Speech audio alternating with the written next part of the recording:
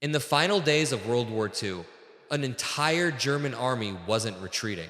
They were fighting through their own lines in a desperate race to surrender. Their goal, to be captured by an American, their choice was a brutal calculation surrender to your enemy and probably live, or be captured by your allies' enemy and certainly die. May 4th. Wu, damaged Tangamunda Bridge, Elbe River. Shattered steel beams groaned under a weight they were never meant to bear, the weight of a nation's collapse. Across the twisted remains of what had once been a modern crossing, an endless column of humanity navigated a precarious pathway of broken concrete and bent metal. For the German soldiers and civilians below, this was the last crossing. Captain William Patterson of the 405th Infantry Regiment lowered his field glasses. His boots crunched on the riverbank soil as he tried to process the sheer scale of the migration. His unit, part of the American 102nd Infantry Division, had reached the Elbe weeks ago, establishing their positions according to the agreements made at Yalta. What no planner had anticipated was that this wrecked bridge would become the focal point for the largest voluntary military surrender in Western history. The movement was not a retreat, it was a flood, and a human tide flowing west with a singular, desperate purpose. Intelligence reports flooding SHAEF headquarters painted an extraordinary picture. The Wehrmacht, once Europe's most disciplined military machine, was not merely breaking, it was dissolving. Soldiers abandoned fortified positions, destroyed their own artillery and vehicles when they ran out of fuel and slowed their movement, and in many cases, fought through fanatical SS blocking detachments that tried to stop them. The urgency driving them was not a military strategy. It was a brutal mathematical calculation, a cold calculus of survival. The mathematics of failure had become brutally clear by late April. German military intelligence had intercepted Soviet communication, revealing the projected casualty rates for Wehrmacht prisoners of war. Of every 100 German soldiers captured by the Red Army, statistical projections suggested fewer than 40 would survive to return home. The actual numbers, it would later be discovered, were even more catastrophic. The contrast could not have been starker.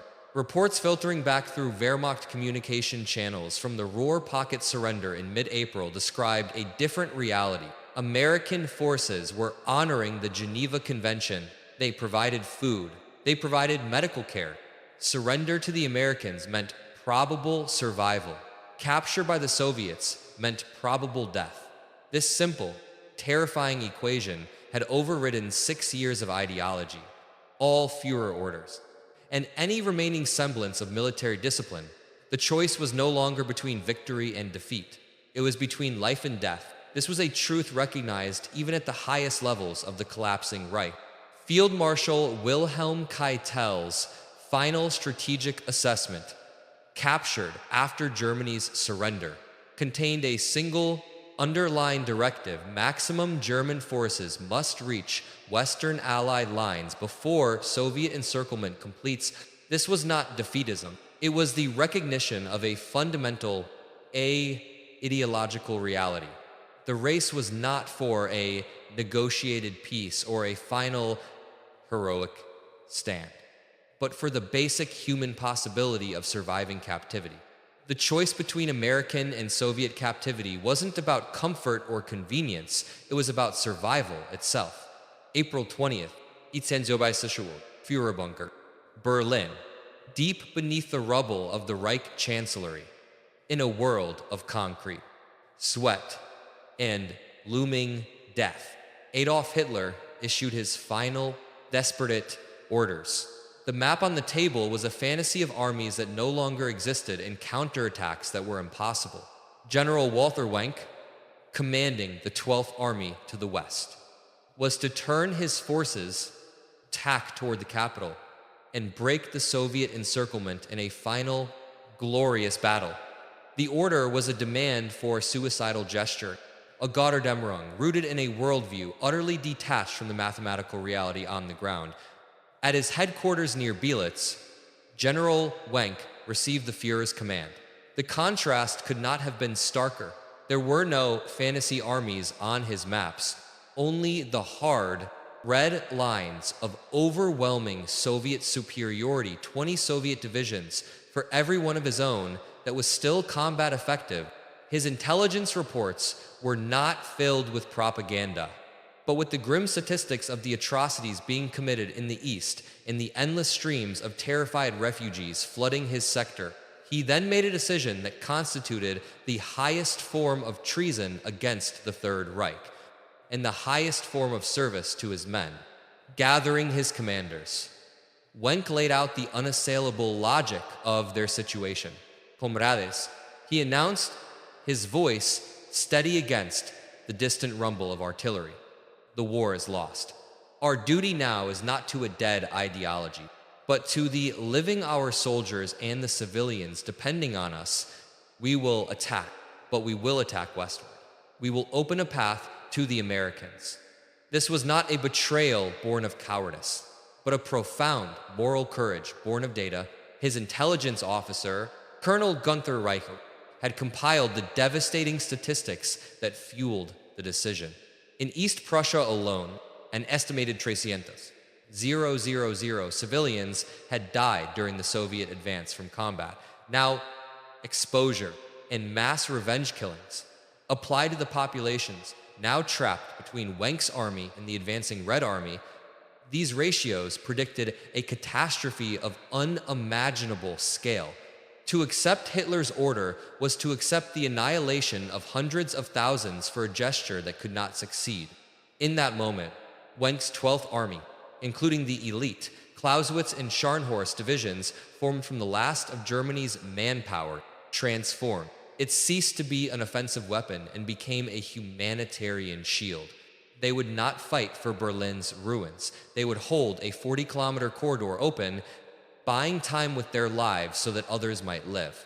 Wenck became a figure of almost mythical determination, personally visiting forward positions, encouraging exhausted soldiers, many of them teenagers from training schools, to hold their ground for just one more day, one more hour. He embodied the ultimate ideological collapse, where the abstract demands of honor gave way to the tangible responsibility for human life. Years later, he would state it simply, between honor and humanity. I chose humanity. While General Wenck's army transformed into a shield, General Theodore Busse's 9th Army had to fight its way through hell to reach it, encircled southeast of Berlin in a pocket near the village of Halbe. Some 200 soldiers and 40,000 civilians were trapped. Like Wenck, Busse received Hitler's order to fight his way into Berlin, and like Wenck, he recognized it as a fantasy, coordinating with the 12th Army. Busse turned his forces west, attempting a desperate breakout toward the corridor Wenck was holding. The breakout began at 2,200 hours on April 25th. The leading elements of the 11th SS Panzer Corps, Nordland, used their last reserves of 74-octane fuel to punch a hole through the Soviet line. Behind them followed a serpentine mass of humanity stretching 30 kilometers through the dense Spree forest. Combat troops, medical units with wounded on carts, administrative personnel burning documents as they marched, and civilian refugees pushing their belongings in wheelbarrows, all stumbled through the swamps and woods. Soviet forces reacted with overwhelming, indiscriminate firepower. The response was not tactical, it was annihilatory. Katyusha rocket batteries fired directly into the packed columns, their terrifying shriek preceding a storm of shrapnel that tore through flesh and steel alike. Ilkaksi Sturmovik aircraft. The Red Air Force's flying tanks strafed anything that moved on the forest paths.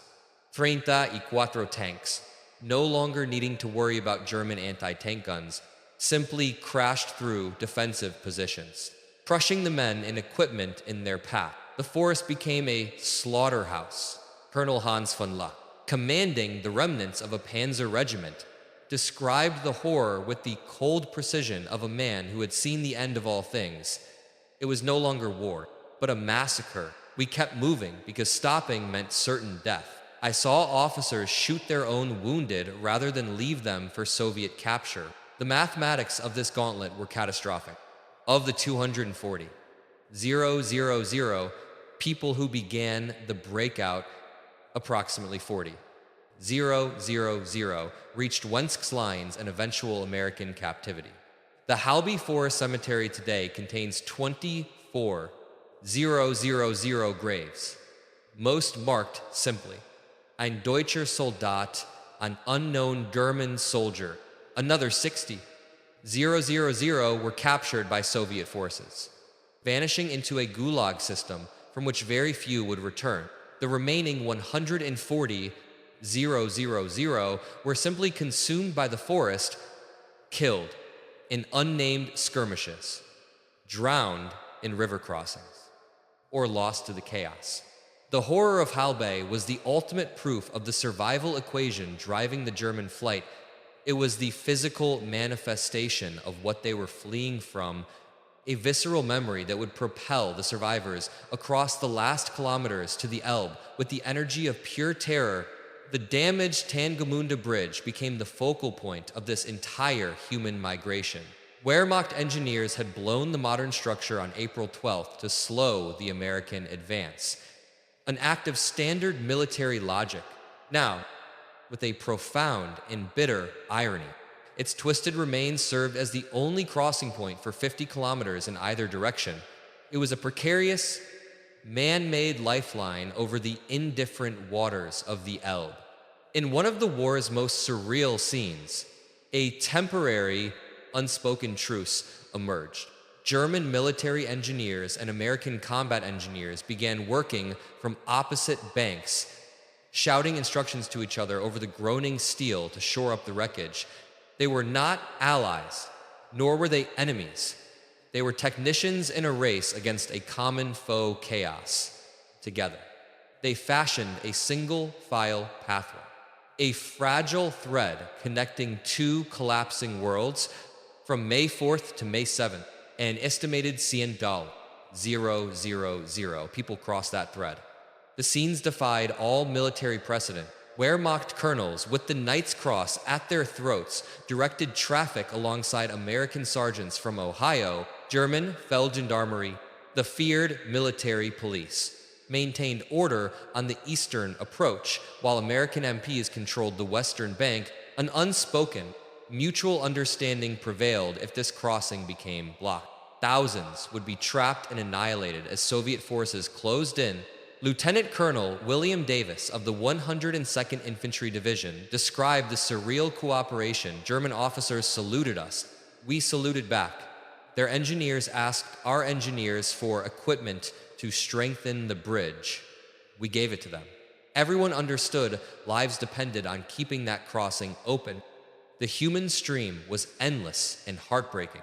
Master Sergeant James Patterson, supervising the western approach, wrote in a letter home, "They come in waves, dawn to dusk. Then, through the night, by moonlight, soldiers still carrying weapons they'd stack in piles like cordwood, women with babies, kids who looked like they should be in grammar school but wearing Wehrmacht uniforms, old men in Volkssturm armbands. Nobody ran, nobody resisted. They were just grateful to reach our side." A Wehrmacht colonel arrived with his entire regimental staff and insisted on formally surrendering his unit's battle flag. An SS Brigadeführer, a general in the Waffen-SS, appeared in a clean, pressed dress uniform, requesting honorable captivity for his men. Hospital patients, some still on stretchers, were carried across by medical staff who refused to abandon them. This bridge was more than a structure of steel and concrete. It was a passage between two worlds, one of vengeful annihilation, the other of ordered, predictable, and life-giving survival. The sheer scale of the surrender overwhelmed the meticulously planned American administrative capacity. The Geneva Convention, a document written for a world of conventional warfare, mandated specific protocols, documentation, medical screening, and caloric intakes of 2 800 for working prisoners, and 2,000 for non-working. Processing one prisoner properly required 20 minutes and generated 12 separate forms.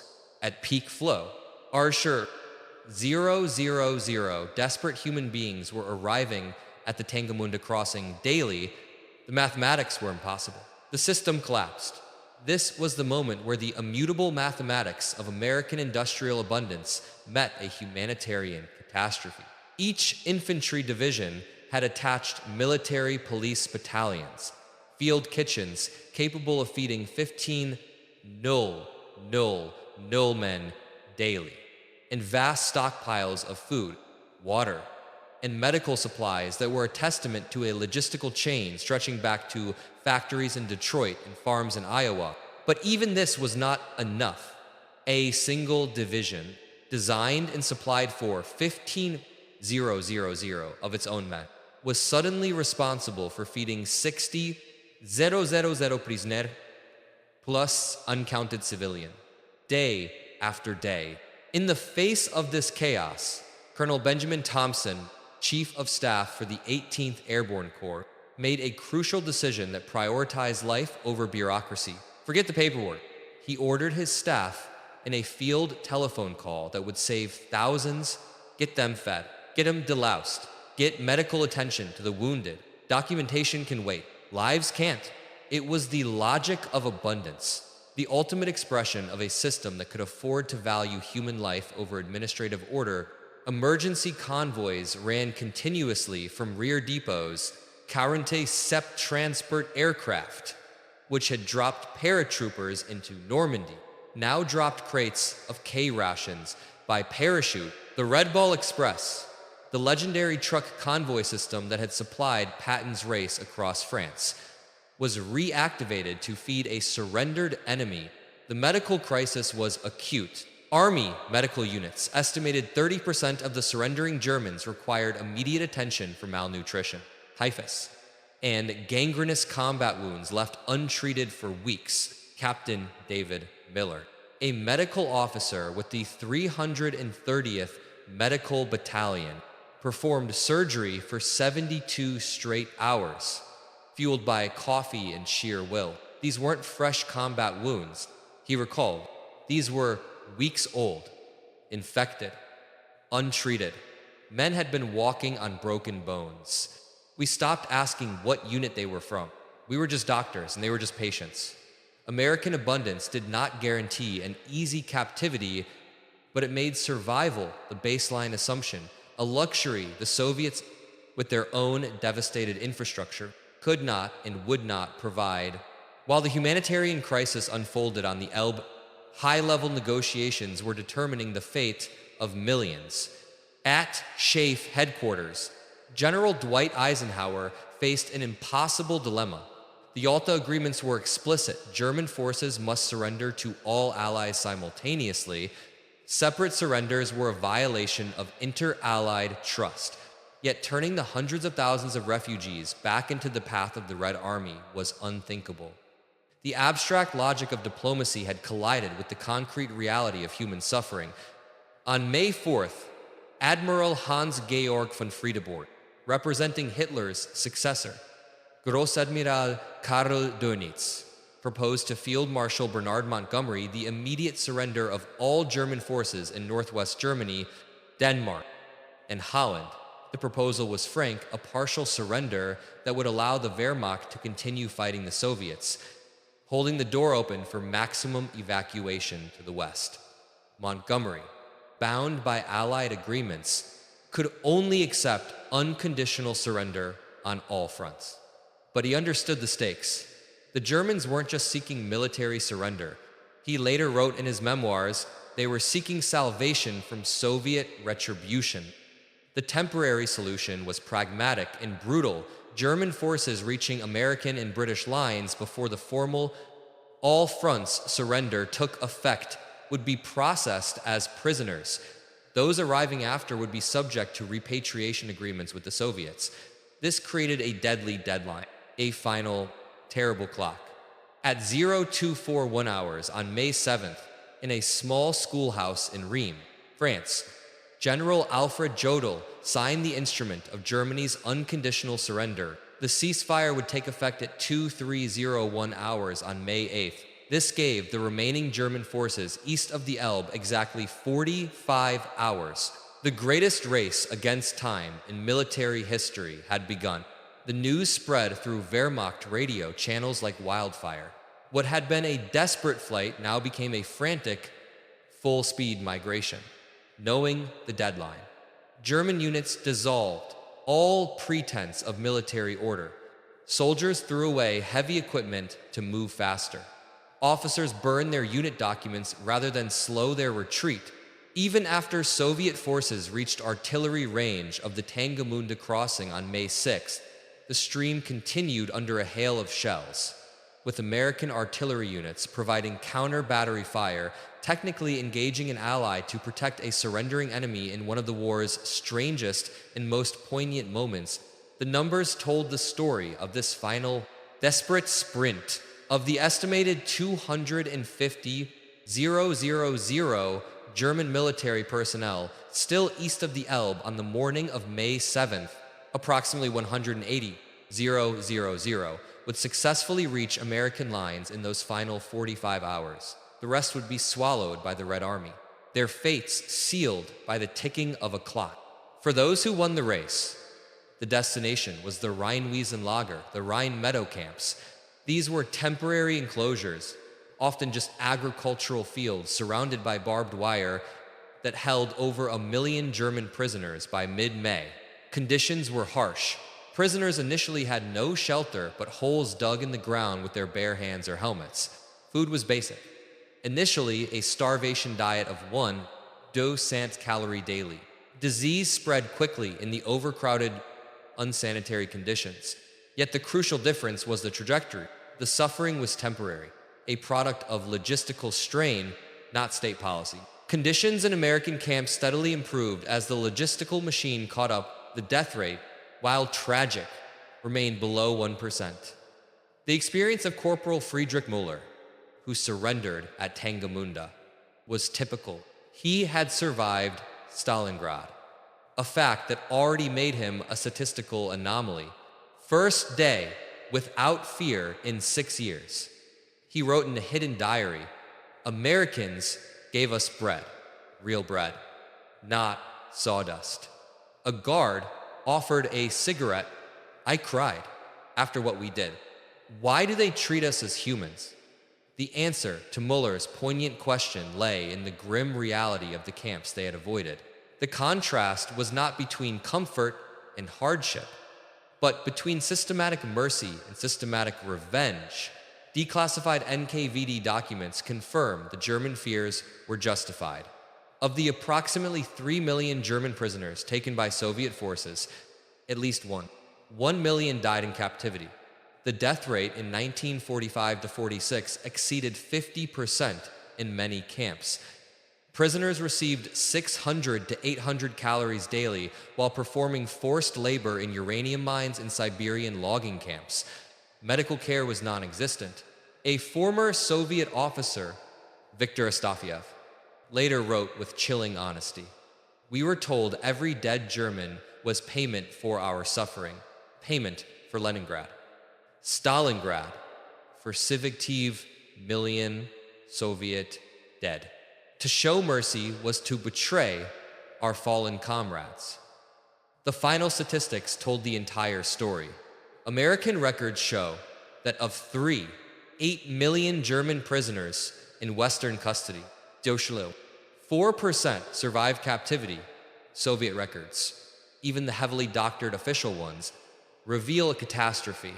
Two systems, born of two vastly different experiences of the war, produced two outcomes. One was hardship followed by life. The other was a death sentence.